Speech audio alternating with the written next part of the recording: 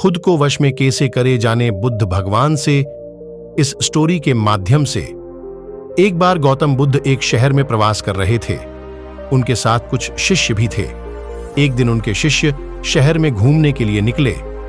वे शहर में घूम ही रहे थे कि तभी शहर के कुछ लोगों ने उन्हें अपशब्द कहे।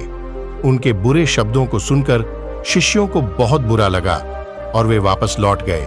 बुद्ध ने देखा कि शहर से लौटकर आए उनके सभी शिष्य बहुत क्रोध में दिखाई दे रहे हैं। उन्होंने शिष्यों से पूछा, क्या बात है, आप इतने तनाव में क्यों हैं? तभी एक शिष्य क्रोध में बोला, हमें यहां से तुरंत चलना चाहिए। जब हम बाहर शहर में घूमने गए थे तो यहां के लोगों ने बिना वजह हमें बहुत बुरा भला कहा। जिस जगह हमारा सम्मान नहीं हो वहां हमें नहीं रहना चाहिए।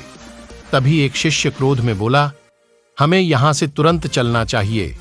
जब हम बाहर शहर में घूमने गए थे तो यहां के लोगों ने बिना वजह हमें बहुत बुरा भला कहा। जिस जगह हमारा सम्मान नहीं हो वहां हमें नहीं रहना चाहिए।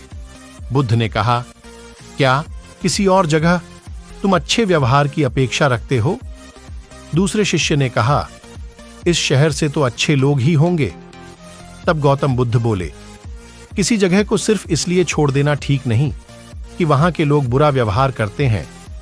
हमें तो कुछ ऐसा करना चाहिए कि जिस स्थान पर भी जाएं, उस स्थान को तब तक नहीं छोड़ें जब तक अपनी अच्छाइयों से वहां के लोगों को सुधार न दें। हम जिस भी स्थान पर जाएं, वहां के लोगों का कुछ न कुछ भला करके ही वापस लौटें। बुद्ध ने कहा, जिस प्रकार युद्ध में बढ़ता हुआ हाथी चारों तरफ के तीर सहते हुए भी आगे बढ़ता जाता है, ठीक उसी तरह उत्तम व्यक्ति भी दूसरों के अपशब्दों को सहते हुए अच्छे कार्य करता रहता है। खुद को वश में करने वाले प्राणी से उत्तम कोई और नहीं हो सकता। बुद्ध की बात शिष्यों को अच्छी तरह से समझ में आ गई और उन्होंने वहां से जाने का इरादा त्याग दिया।